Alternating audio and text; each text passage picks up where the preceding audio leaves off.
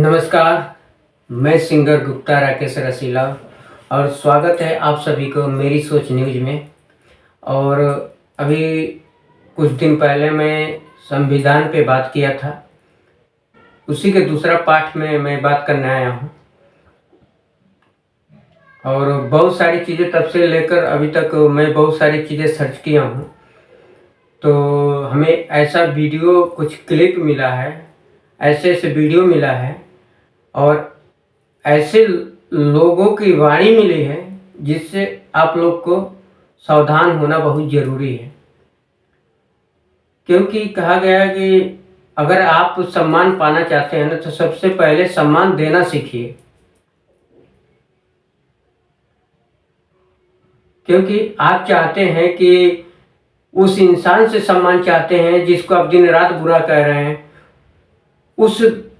उस धर्म के लोगों से आप ये चाहते हैं जिस धर्म को हमेशा टारगेट कर रहे हैं, हमेशा बुरा भला कर रहे हैं, उस धर्म के लोग से आप चाहते हैं कि आपकी तारीफ करें, आपकी इज्जत करें, आपकी भावनाओं को समझें। उस देश से आप उम्मीद करते हैं, जिस देश से आप नफरत करते हैं, जिस देश पे आप उंगली उठाते हैं, तो ये कैसे हो सकता है? हमको यही बात आप लोगों से पूछना है कि हो कैसे सकता है। अगर आपको अच्छा टीचर बनना है तो सबसे पहले आपको अच्छा स्टूडेंट बनना पड़ेगा। अगर आप चाहते हैं कि समाज में हमारा मान सम्मान हो, हमारा अधिकार मिले, तो अधिकार लायक आपको बनना पड़ेगा। जब तक आप अधिकार लायक नहीं बनेंगे तब तक आपको अधिकार नहीं मिलेगा। मैं बहुत सारे बहुजन समाज वाले लोगों को मैंने बहुत सारे वीडियो क्लिप देखा है, जो कि ये देखा जा रहा है कि वो लोग कह रहे हैं कि हमें हमारा अधिकार चाहिए, हमें धर्म से मतलब नहीं, हमें देश से मतलब नहीं है, हमें हमारा अधिकार मिलना चाहिए, हमें हमारा संविधान जो कहता है वो मिलना चाहिए। हमें ये संविधान के जो रक्षक बनकर आज बैठे हैं और संविधान को आरक्षण पाने के लिए, संविधान से अधिकार पाने के लिए आज जो दावा कर रहे हैं, मैं उनसे पूछना चाहता हूं कि किस अधिकार लायक आप हैं, इसका जवाब हमें दे दीजिए।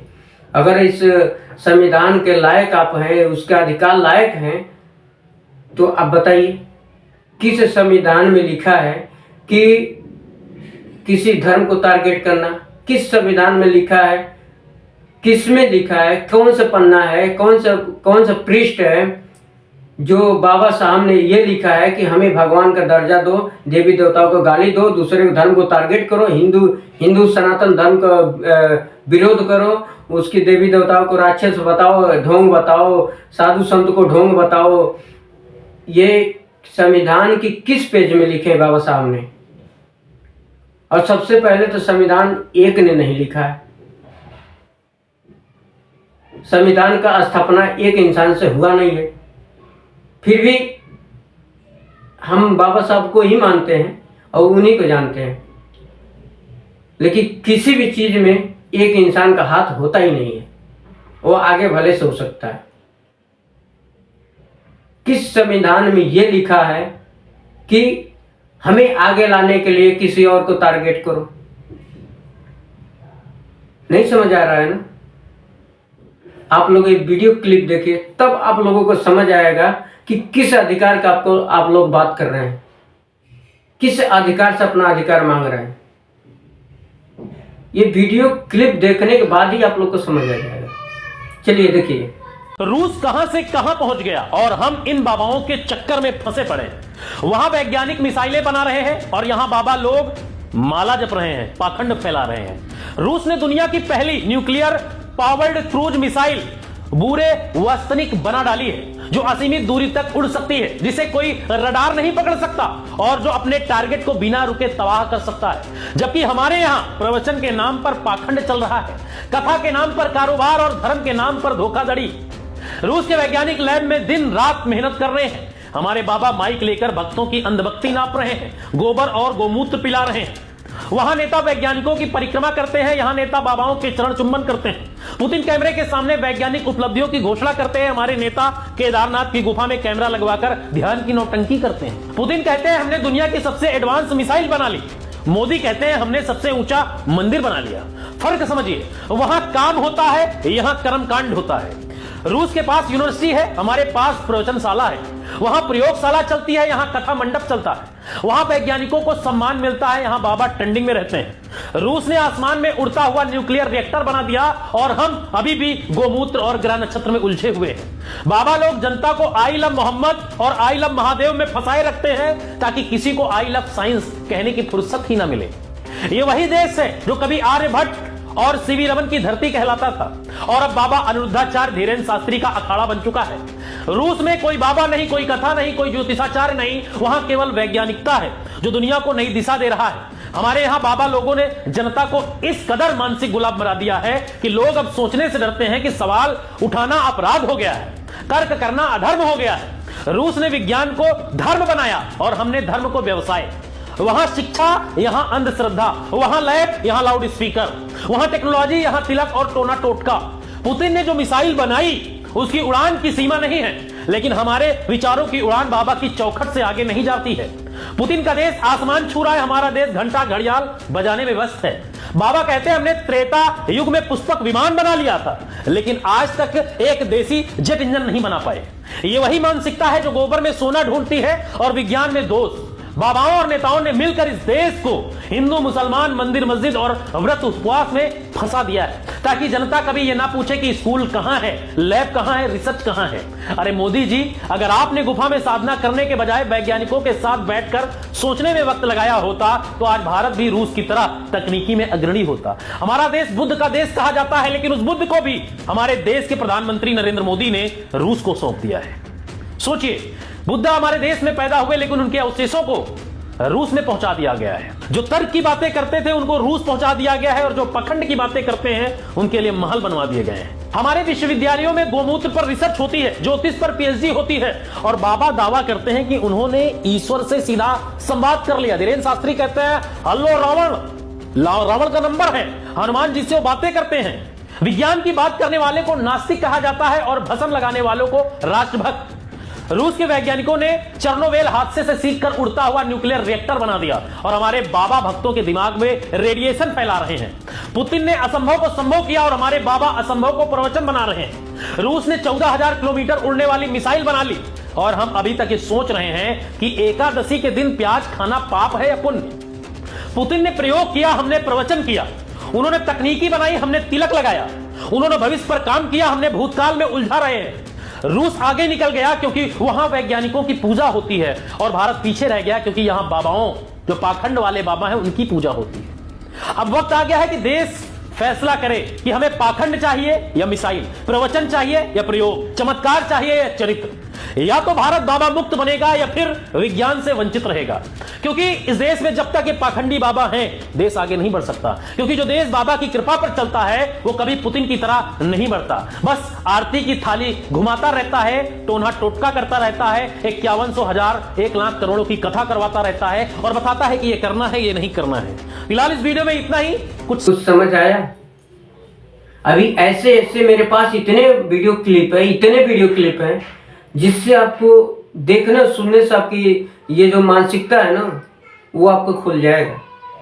तो मैं आपसे हाथ जोड़ कर विनती करता हूँ, जितने आप लोग हैं जो संविधान के रक्षा करना चाहते हैं, तो पहले ये मैं बता दूं कि संविधान इससे पहले खतरे में था। 2014 के बाद संविधान खतरे में नहीं है, क्योंकि संविधान को बदलने वाला कोई नहीं है। जो संविधान को बदलने वाला था वो सत्ता से गायब हो गया है। और जो भी संविधान पे, धर्म पे, देश पे उंगली उठाया है वो उसकी सत्ता इस देश में रहा नहीं।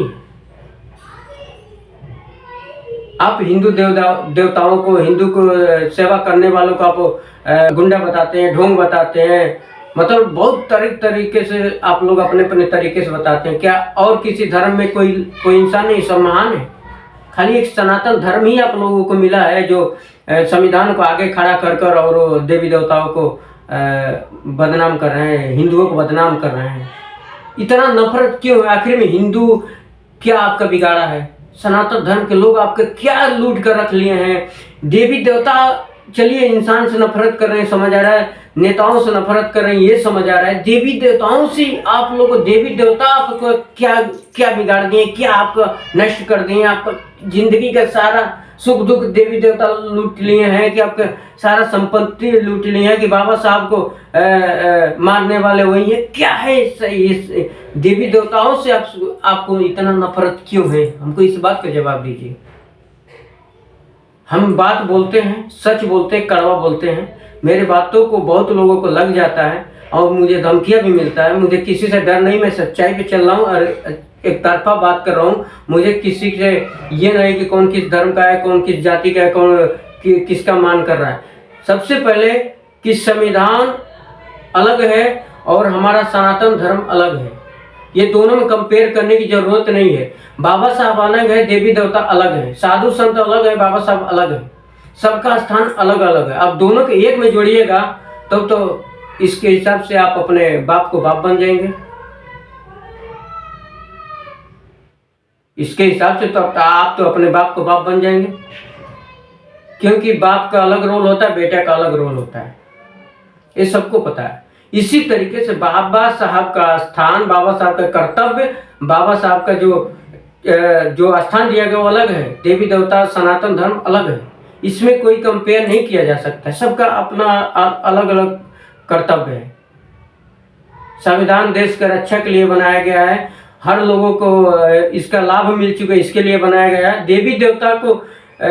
देवी देवता इसलिए है, सनातन धर्म इसलिए है कि उसके सनातन धर्म के लोग जो समझते हैं उसके हिसाब से संस्कार, परिवार कैसे चलना है, समाज में कैसे रहना, किस तरीके कैसे बातें करना है। और जो राम मंदिर, भगवान को जो आप लोग कह रहे हैं ना कि ये है क्या, सब ढोंग है। भगवान हमारी आस्था है। बहुत लोग ये भी कह रहे हैं कि मंदिर बना देने से क्या भगवान मिल जाएंगे। सबका एक आधार है, भगवान हमारा आधार है। हमें वो एक, जैसे कि एग्जाम्पल ले लीजिए कि कोई इंसान इस दुनिया को छोड़ के चला जाता है, ठीक है ना, तो उसका तस्वीर आप अपने घर में, अपने जहाँ लगाना, ऑफिस में जहाँ आपको लगाना, लगा कर आप माला चढ़ाते हैं। क्यों चढ़ाते हैं? वो तो इंसान है ही नहीं, मर चुका है, इसीलिए चढ़ाते हैं ना, तो महसूस करते हैं कि ये था, कोई है, रहेगा हमेशा। ऐसे तो देखा जाए तो महात्मा गांधी भी नहीं है, सुभाष चंद्र बोस भी नहीं है, बाबा साहब भी नहीं है, उनकी फोटो लगती है। तो इस पे एक्शन उठाने की क्या जरूरत है भाई? वो हमारी आस्था है। इसी तरीके से हमारा सनातन धर्म, हमारी देवी देवता, हमारी मूर्तियां, हमारी मंदिर एक आस्था है, उसे महसूस करते हैं। हम दुख सुख बांटते हैं। तो इसमें राजनीति में इसमें सनातन धर्म में, इसमें कहाँ से आप लोग ये माइंड लाते हैं, मानसिकता ये कहाँ से लाते हैं? अभी बहुत सारे ऐसे जो आपके समाज के लोग हैं, बहुजन समाज के लोग हैं, ऐसे जहरीले लोग बैठे हैं ना कि मैं दिखा दूंगा तो आप कहेंगे कि फिर आप लोग हमको उल्टा सीधा बोलेंगे कि ये तो भड़का रहा है। भाई साहब, संविधान खतरे में नहीं है। संविधान को खतरे में ये बहुजन समाज के कुछ लोग ऐसे हैं, मूर्ख लोग हैं, वही खतरे में डाल रहे हैं। ऐसे गाने हम सुन रहे हैं, तो ऐसे लोगों से बचिए। आप लोग समझदार हैं, आप समझिए, किसी को अपमान कर आप आगे बढ़ नहीं सकते हैं। बाबा साहब की पूरी जीवनी समझिए, उनके जानिए, पहचानिए, समझिए, तब जाकर कुछ बात करिएगा। हम नेताओं को बुरा कहिए, लड़िए झगड़े, उससे हमको क्या मतलब है, लेकिन धर्म पे और देश पे जो उंगली उठाएगा ना, उसके कोई यहाँ बख्शिश नहीं है। उसके लिए मैं हमेशा खड़ा रहूंगा, उसके लिए हमेशा उसके लिए आवाज उठाऊंगा। सुधर जाइए आप लोग। मैं ये बात बोल रहा हूं, बहुत प्यार से समझा रहा हूं,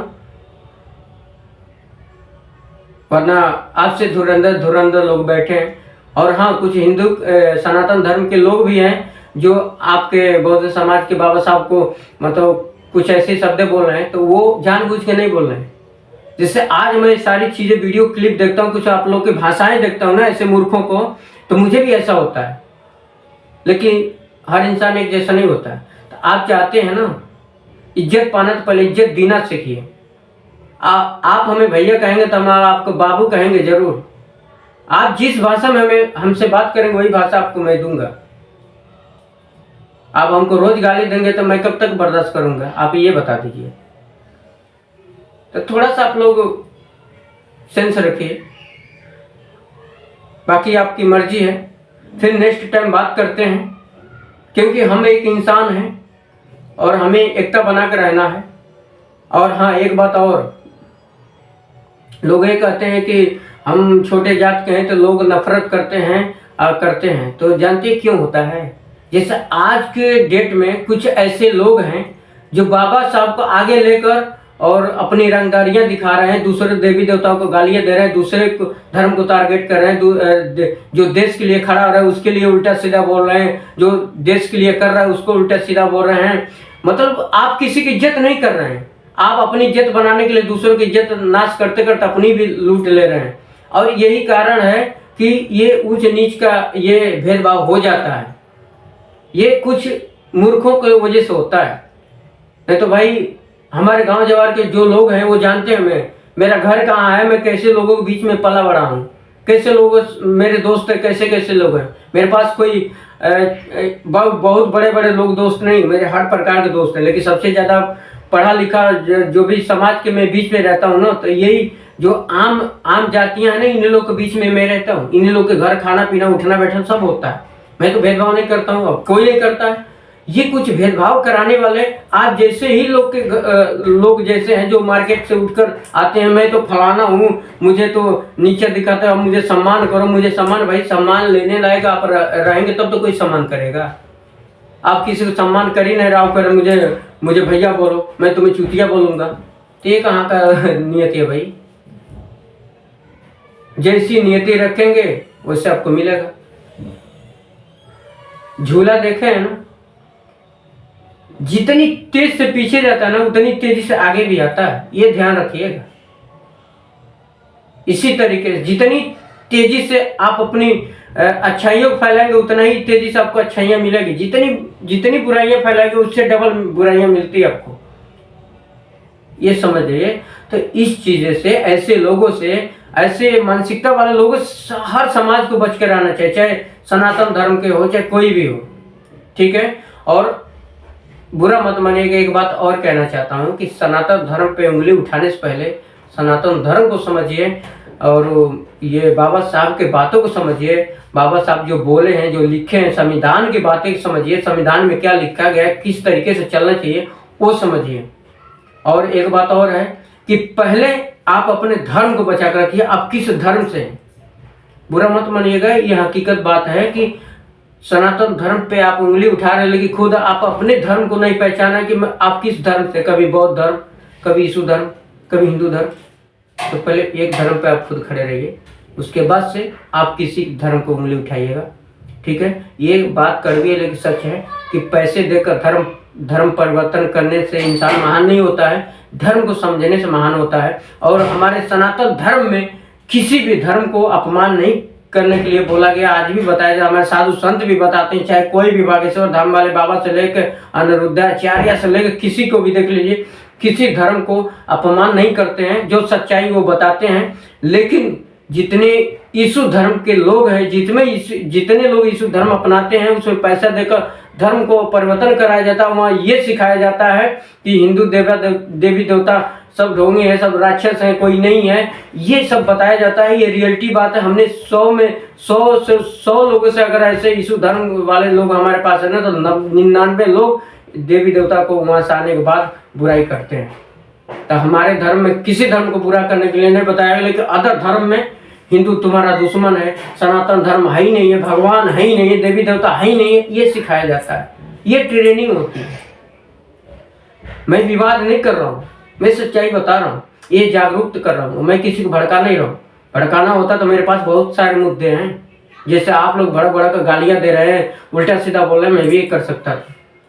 और ये वीडियो जो देखे ही हैं ज्ञानी बाबा, ऐसे ज्ञानी बहुत पड़े हुए हैं मेरे पास, दिखाऊंगा।